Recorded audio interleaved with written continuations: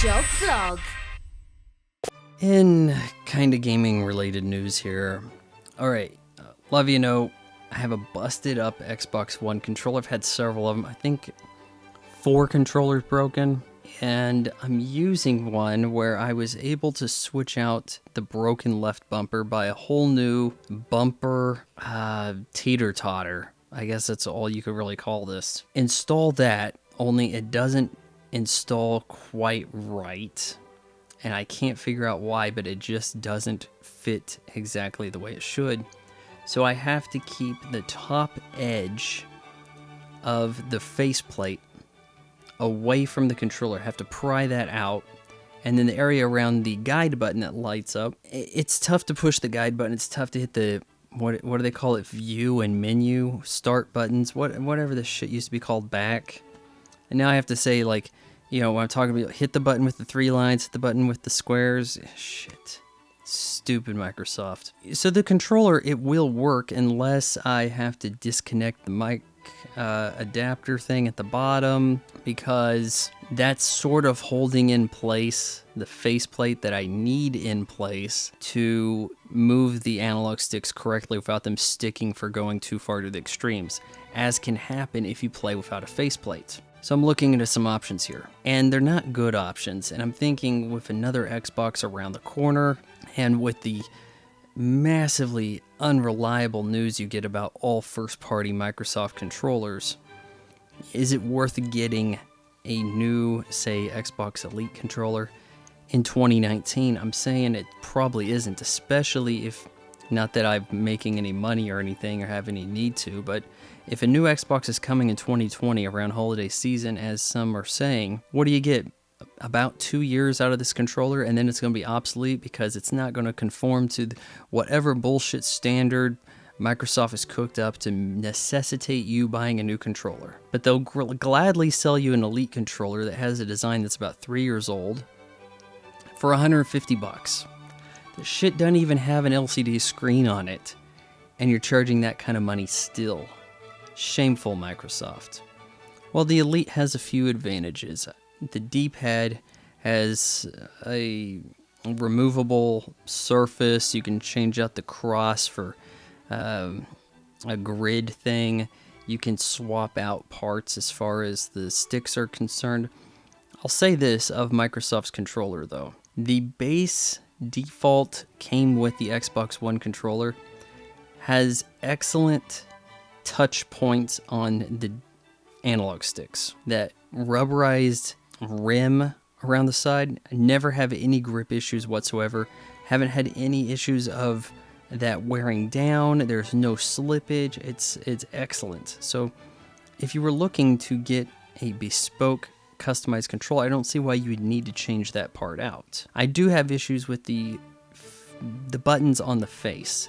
A, B, X, Y, they don't click well for fighting games. If you played any fighting games on the Xbox One, they're ass. Now, the triggers are nice, but it would be nice to have trigger locks so that you could get that millisecond quicker fire, you know, where everything life and death, whatever, FPS game. I mean, it's not a gas pedal. You don't need to press it harder to shoot faster. So, it would be nice if you had those locks, and you can get that in an Xbox One Elite. As the options look, the Xbox One Elite is very enticing. Additionally, I like the idea of having the buttons in the back so you can maintain thumbs on stick. Now, I realize that there are some cheaper alternatives to this, where if you're willing to maintain a wired controller, which I do have mine wired in because it's too cheap to use batteries. Also, it's a matter of reliability. You see, these Xbox One Elites, they don't support Bluetooth, whereas the newer Xbox One S controller's been out for a couple years. It does support Bluetooth. More on that in a bit, but it seems like you're paying more for the Elite, and it's not quite Elite right now, and there should be a new model coming out, like a revised Elite controller that one would hope might even be compatible with whatever next Xbox 2 comes. There are like little flaps you can get to add to a basic controller to give you a couple of buttons to hit back there, and I wonder if those flaps are really the best way to go about it. You look at some of the competition like Scuff, and they sell a controller I think costs more than the Elite, and it kind of looks shittier to me. They're not actually available right now, and the weird thing about this is they talk about there being a global shortage of controllers. Bullshit. The fact of the matter is your controllers are all based on like a day one Xbox One controller design and not the latest version with the Bluetooth. So if you go and you get a Scuff controller, that's what's your problem. You're getting the old ass controller. It's probably about to break in other places. Hell, bumpers, analog stick give out, whatever. And they're adding a few bells and whistles to it and charging you a shitload of money. So forget Scuff. One that I find appealing is the Razer Wolverine. I think there was something called like there's the Ultimate, and then there's the what was it? You have to look at it. It was like Precision or some Pro League or something like that. Either way, this is a third-party controller, which I kind of think might actually be more reliable than Xbox's, considering how bad they've done with those bumpers and the analog stick drift. So I kind of have to give them an edge, conveniently enough for Razer. Have to give them an edge on reliability just for that alone. Now, you can get 2 switches to hit on the back, so you can keep your thumbs on sticks and hit those buttons for your FPS games. And it seems a lot of the pros, I don't believe in pro gaming, long story, but they will settle for just 2 switches on the back. Although the Elite will give you 4 paddles to hit back there, which would make up for your face buttons. You could have as many as 6. And that's where you get to Battle Beaver Customs.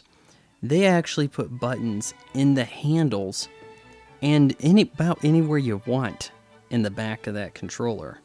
And you can have as many as 6 buttons. That way, you even have a button to press on the back end of the controller for depressing the analog sticks.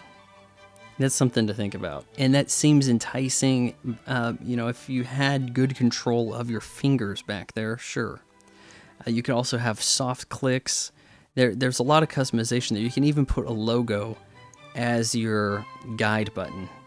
Like, they have a way to print that off, so you have a light up logo instead of the X for the guide button. That's all fine and dandy, I suppose, and it looks to me like they're actually customizing the Xbox One S controller so that way you get the Bluetooth, but these are just the options I'm looking at.